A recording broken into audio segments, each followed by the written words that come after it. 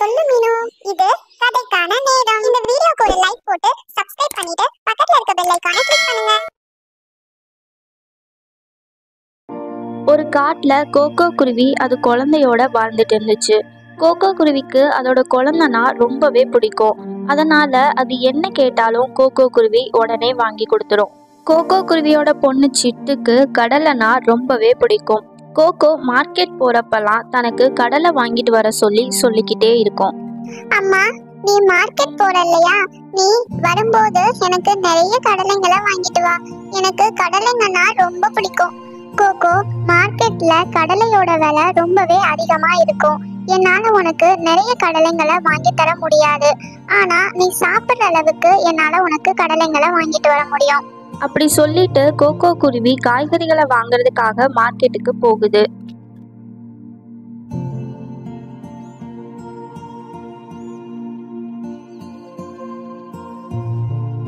வாங்க வாங்க, என்கிட்ட காய்கறி வாங்குங்க. இந்த காய்கறி எல்லாம் பூச்சிக்கொல்லி அடிக்காத காய்கறி, இயற்கையான காய்கறி. வாங்கம்மா வாங்க.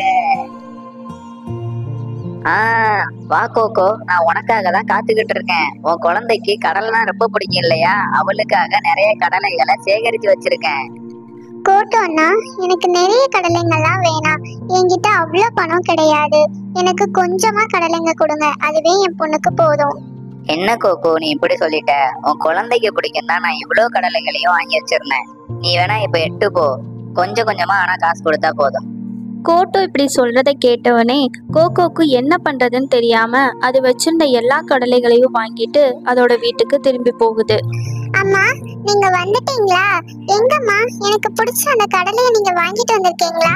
ஆமா சிட்டு, நீ கேட்டன்னு தான் நான் அந்த கடலையை வாங்கிட்டு வந்திருக்கேன். இந்த கூடையில தான் இருக்கு. நான் உனக்கு அப்புறமா எடுத்து தரேன், நீ சாப்பிடு. அதுக்கப்புறமா கொஞ்ச நேரம் கழிச்சு கொஞ்சம் கடலைங்களை எடுத்துட்டு கோகோ குருவி சிட்டுக்கிட்ட கொடுத்து சாப்பிட சொல்லுச்சு. அம்மா, உங்களுக்கு ஒண்ணு தெரியுமா? இந்த உலகத்திலேயே ரொம்ப சுவையான உணவுனா அது இந்த கடலை தான். எனக்கு இது ரொம்பவே பிடிச்சிருக்கு. நான் இந்த கடலைங்களெல்லாம் எடுத்துட்டு போய் வெளியில இருக்க மரத்துல உட்காந்து சாப்பிட போறேன். இப்படி சொல்லிட்டு சிட்டு அந்த கடலைங்களை எடுத்துட்டு போய் மரத்துல உட்காந்து சாப்பிட ஆரம்பிச்சா. அப்படி அவ சாப்பிட்டுட்டு இருக்கும் போது சில கடலைங்கள் கீழே விழுந்துச்சு. ஆனா சிட்டு அது எதையும் கவனிக்காம அவ சாப்பிட்டுட்டு அங்கிருந்து போயிடுறா. அன்னைக்கு நைட்டு அந்த காட்டுல ரொம்ப பெரிய மழையா பெஞ்சுது. அட, என்ன இது? இது மழைக்காலம் கூட கிடையாது. அப்புறம் எதுக்காக இன்னைக்கு இவ்வளவு பெரிய மழையா பெய்யுது? அம்மா, எனக்கு ரொம்ப பசிக்குது. ஏதாவது இருந்தா பண்ணி கொடுங்களேன். சிட்டு, கொஞ்ச நேரம் இருமா, நான் உனக்கு பிடிச்ச நூடுல்ஸ் பண்ணிக்கிட்டு இருக்கேன். உனக்கு உடனே எடுத்துட்டு வந்து கொடுக்குறேன். அதுக்கப்புறமா கோகோ சிட்டுக்கு நூடுல்ஸை கொண்டு வந்து கொடுக்குது. அவங்க ரெண்டு பேரும் சாப்பிட்டுட்டு அன்னைக்கு நைட்டு தூங்கிடுறாங்க. மறுநாள் காலையில விடிஞ்சது. கோகோ எப்பயும் போல சிட்டுவை வீட்டுல தனியா விட்டுட்டு வேலைக்கு கிளம்பி போகுது. அடடா, வீட்ல அம்மா வேற இல்லையே, நம்ம என்ன பண்றது? எனக்கு ரொம்ப போர் அடிக்குது. சரி, அந்த மரத்தடியில உட்காந்து எதையாவது வேடிக்கை பார்த்துக்கிட்டு இருக்கலாம். மரத்துக்கிட்ட உட்காந்து வேடிக்கை பார்த்துக்கிட்டு இருந்த சிட்டு மரத்துக்கு கீழே ஏதோ சின்ன சின்ன செடிகள் நிறைய முளைச்சிருக்கத பாக்குறா. இது என்ன செடியா இருக்கும் அப்படின்னு தெரிஞ்சுக்கிறதுக்காக அது பக்கத்துல போய் உட்கார்றா. அட, இது என்ன செடி?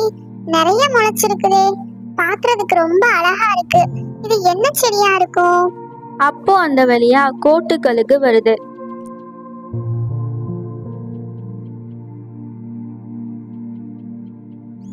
சிட்டு, நீ இங்க உட்காந்து என்னம்மா பண்ணிக்கிட்டு இருக்க? அதுவா, இங்க நிறைய செடிங்க முளைச்சிருக்குது. இது என்ன செடிங்கன்னு எனக்கு தெரியல, அதனாலதான் இத உட்காந்து பாத்துக்கிட்டு இருக்கேன். என்னது செடிங்களா? எந்த செடியை பத்தி நீ கேக்குற?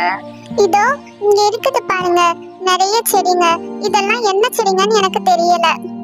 அட சிட்டு, இந்த செடி பத்தி உனக்கு தெரியாதா? நீ டெய்லி விரும்பி சாப்பிடுவேல கடலை, அந்த செடி தான் இது.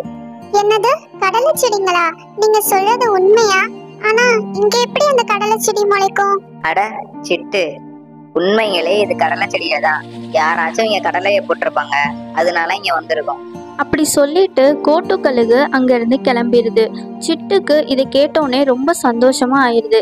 இந்த கடலை செடிங்களெல்லாம் பெருசா வந்ததுக்கு அப்புறம் நமக்கு நிறைய கடலைங்க கிடைக்கும் அப்படின்னு நினைச்சுக்கிச்சு. அம்மா, அம்மா, என் கூட வாங்களேன், நான் உங்களுக்கு ஒண்ணு காட்டணும். என்ன சிட்டு காட்ட போற? நான் இப்பதான் வேலைக்கு போயிட்டு வந்திருக்கேன். எனக்கு ரொம்ப டயர்டா இருக்கு. நான் போய் கொஞ்ச நேரம் ரெஸ்ட் எடுக்க போறேன். அம்மா ப்ளீஸ்மா, என் கூட வாங்க.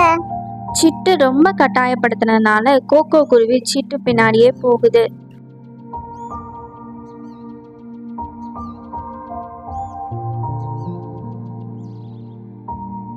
அம்மா, இங்க பாத்தீங்களா எவ்வளவு செடிங்கன்னு? இதெல்லாம் என்ன செடிங்கன்னு உங்களுக்கு தெரியுமா? சிட்டு, இது என்ன செடி? இது எப்படி இங்க முளைச்சது? இது நீங்க முளைச்சிருந்ததுன்னா இதெல்லாம் நீ பிடிங்க கீழே போட்டிருக்கலாமே. இதை எதுக்காக என்கிட்ட வந்து காட்டுற? அம்மா, இத பிடுங்கி கீழெல்லாம் போடக்கூடாது. இதெல்லாமே கடலை செடிங்க. இன்னைக்குல இருந்து நான் இந்த கடலை செடிங்களை வளர்க்கலான்னு முடிவு பண்ணிருக்கேன். சிட்டு இப்படி சொன்னதை கேட்ட கோகோ குருவி இவ ஏதோ விளையாட்டுக்கு சொல்றா அப்படின்னு இதை பெருசாவே எடுத்துக்கல. ஆனா சிட்டு அந்த கடலை செடிங்களுக்கு தினமும் தண்ணி ஊத்தி ரொம்ப கவனமா பார்த்துக்கிட்டா. இப்படியே நாட்கள் போகுது. கடலை செடிங்க முன்னாடி இருந்ததை விட ரொம்பவே பெருசா வளர்ந்துருச்சு. பரவாயில்லையே சிட்டு, நீ ஏதோ விளையாட்டுக்காக தான் இந்த கடலை செடிங்களை வளர்க்க போறேன்னு நினைச்சேன். ஆனா நீ ரொம்ப கஷ்டப்பட்டு இந்த செடிகள் எல்லாம் வளர்த்திருக்க போல. அதனாலதான் இதெல்லாம் இவ்வளவு பெருசா வளர்ந்துருக்கு. அம்மா, இப்போ இந்த கடலை செடிங்கெல்லாம் அறுவடைக்கு தயாரா இருக்குன்னு நான் நினைக்கிறேன்.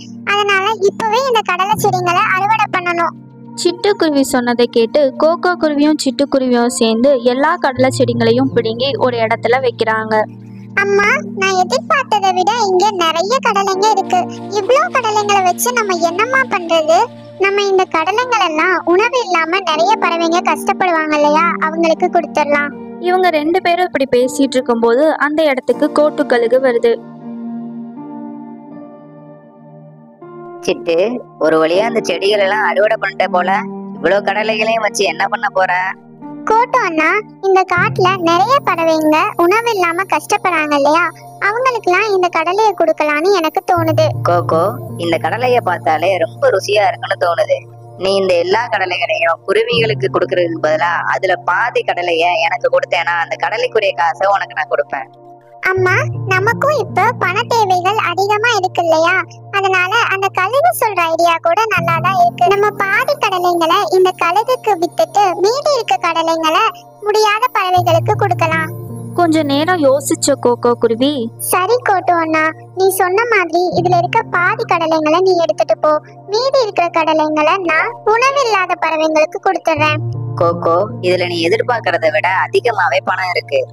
அதுக்கப்புறமா கோகோ பாதி கடலைகளை கழுகுக்கு வித்துட்டு மீதி கடலைகளை உணவு தேட முடியாம இருக்கிற நிறைய பறவைங்களுக்கு கொடுத்துச்சு.